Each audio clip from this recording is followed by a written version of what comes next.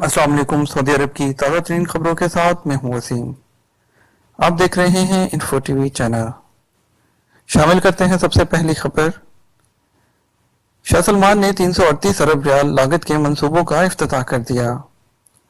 खादमे हरमैन शरीफैन शाह सलमान बिन अब्दुल अजीज ने रियाद के कसरुल हकम में बुध को 338 अरब रियाल लागत के मंसूबों का इफ्तिताह किया और संग बुनियाद रखा। इस मौका पर वली अहद शहजादा मोहम्मद बिन सलमान भी मौजूद थे।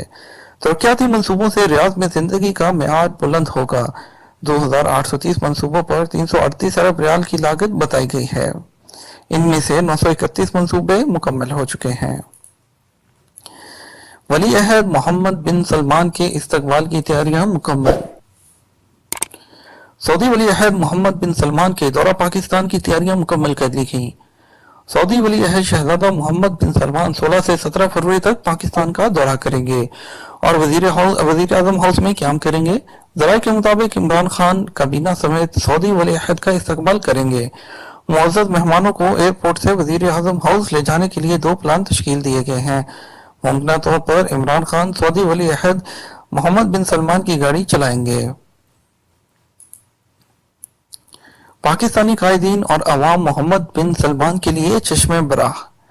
पाकिस्तान के ज़राए इब्लाग और अहदेदारों ने सऊदी वली अहद शहजादा मोहम्मद बिन सलमान के आइंदा हफ्ते होने वाले गैर मामूली और इंतहाई अहम दौरे की जबरदस्त पजीराई शुरू कर दी है। पाकिस्तानी अहदेदारों ने इस दौरे से वाबस्ता उम्मीदों, आरजुओं और मुतवक्किल नताइज का इजहार भी किया है।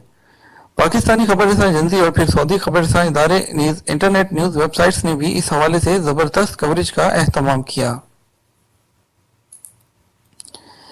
तालीम के शोबे में पाक सऊदी एक दूसरे के कदम ब कदम।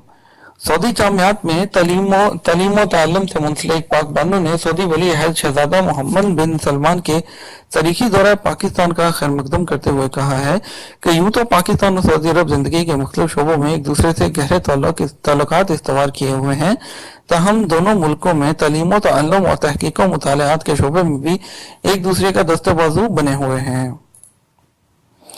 सिनेमा घरों पर सर्विस फीस शुरू।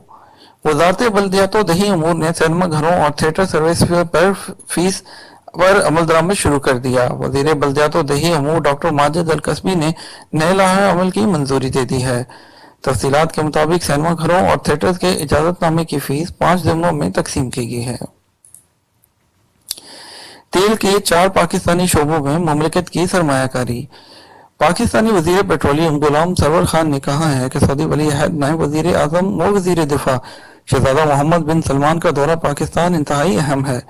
इस मौके पर मुतअद्दिद मुआहिदों और मुफाहमती याददाश्तों पर दस्तखत होंगे। पेट्रोकेमिकल और तेल के शोबों से मुतल्लिक होंगे। सऊदी पाकिस्तान का मजबूत इक्तिसादी शरीक भी है। इसराइल सऊदी तल्लुकात की कहानी मन घड़त है। तुर्की अल फैसल। सऊदी महकमा खुफिया के साबिक सरबराह शहजादा तुर्की अल फैसल ने बताया है कि सऊदी इसराइली तल्लुकात तखय्युल से ज्यादा कुछ नहीं।